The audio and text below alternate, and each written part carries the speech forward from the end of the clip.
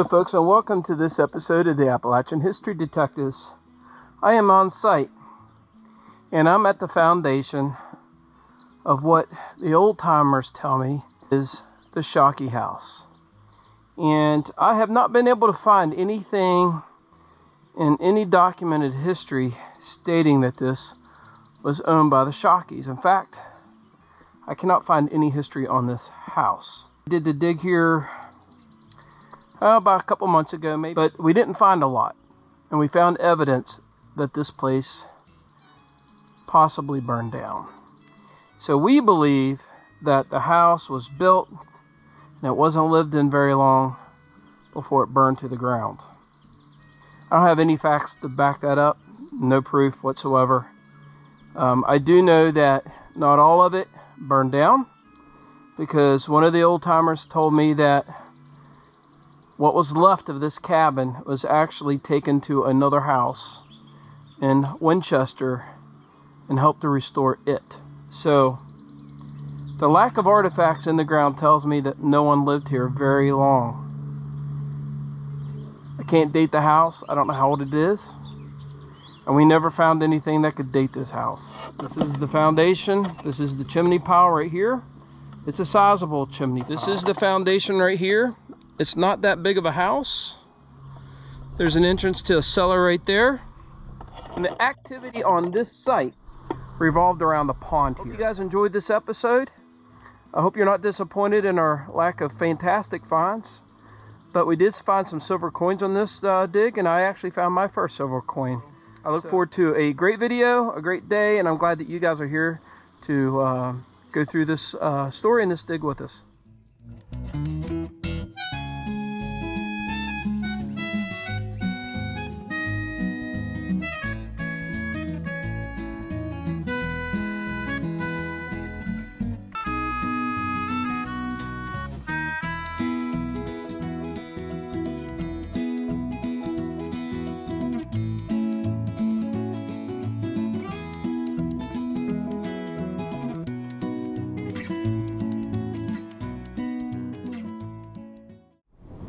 The Shockey home place and what remains of it is on your farm.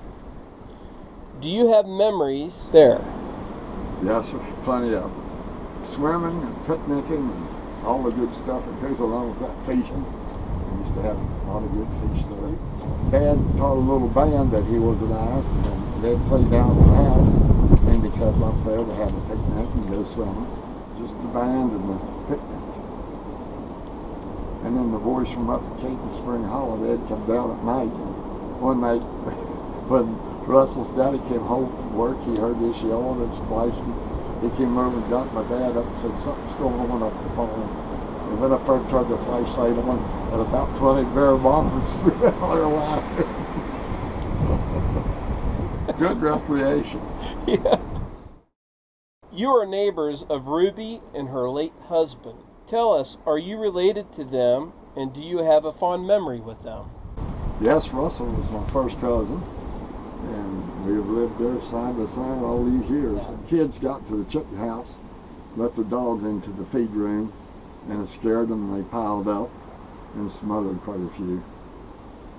And I got there in time to save them when they were warm, and we got to can a good many of them. What was a typical day for you growing up on the farm? Mostly in the morning before school, had to get up and go to the barn and feed whatever needed to be fed. School, come back home in the evening, change clothes, and do the same. Milk cows, feed the horses, chickens, a few pigs whenever we had them. So that was the main thing. And it was dark. Wintertime, man, it was dark and cold. And when I was a kid, we had real rough winters. Who in your family do you miss the most, and why? Dad was a wonderful teacher. And he knew a lot of stuff. It was amazing, the stuff he knew how to do and could do. And Mom was the best cook I ever saw. My dad had an old saw that was called a Woody engine. That Woody engine also ran a wheel, pulley belt wheel, and that powered the sawmill. And then we sawed the poles up into stove links. And look, we got a we got a visitor here. As you can see, there is a chimney pile right here. This is awesome. So you can see the chimney stack here. And actually, that looks like the lintel of it. There. This is the cellar. And here, there is a stone wall down through here.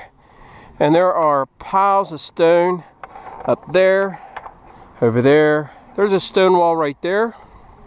Goes right up to there. And really just various places here. We're gonna hit it all. We have a band of friendly horses over here. All right. I don't know if you can see, but I have company. And I had to hit here. It's shallow. I already know what it is. It is an old horseshoe.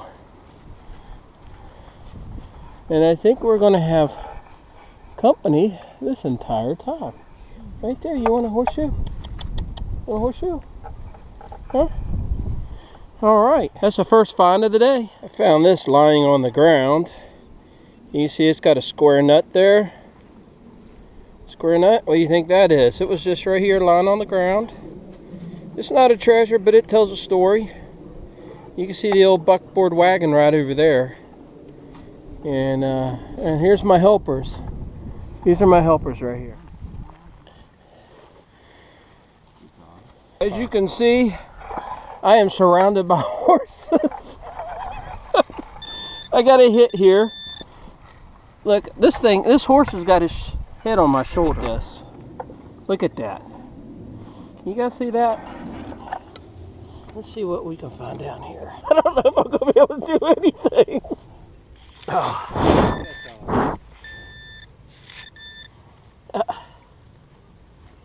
And I found a nail in that hole. It was reading really high, but as you can see, I got distractions here. Right over here, look at that horse. All right, well, I'm gonna try to get some digging in today. All right, as you can see, I still have my friends and my audience. But what I have been digging up, this is all actually rung really high. Square nails are what these are. I'm not so sure what this is. Not yet anyway. But I did find an interesting piece of glass, and this is melted. So it tells me that there was a fire here. And this horse has really stinky breath. Okay, I wanted to show you guys. I haven't found anything of excellent quality yet, but I did find some pottery here. To me, this looks like old crock, which I'm sure that's what that is. And some old square nails, and you can see how nice that nail is. Here's some other ceramics. I've come to the conclusion that this house is definitely burned down. But right now, I've got to get away from these horses. I'm babysitting here. Hey. Sorry, I gotta go.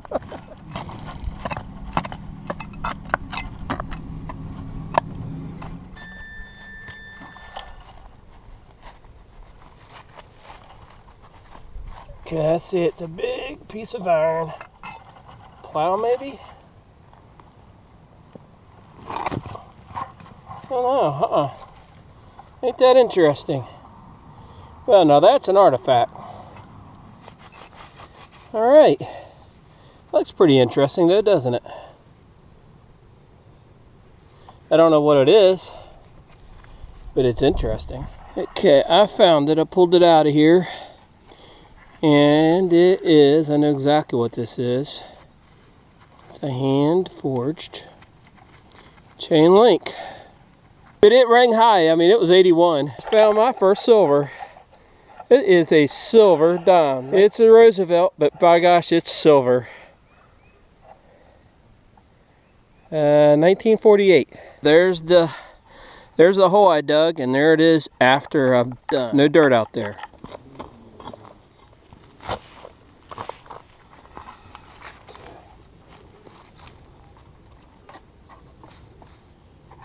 It's right there. 67. Over here, it could be a shotgun shell or a button.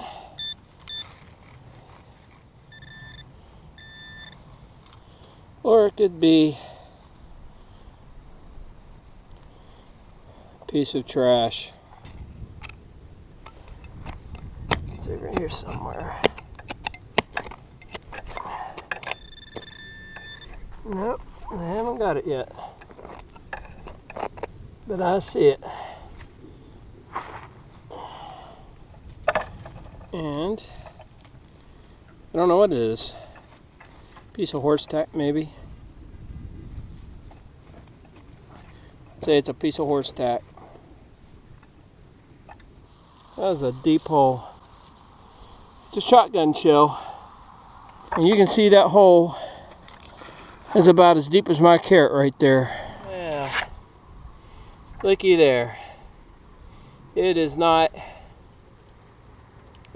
old. But it is a wrench. Someone lost a wrench. As you can tell, I'm right here by the road. It's brass. Is it a full brass shell? Shotgun shell? I don't know. But it's the only brass I found on this site. See it? Alright, well, I thank you guys for tagging along, and we'll see you guys on the next episode.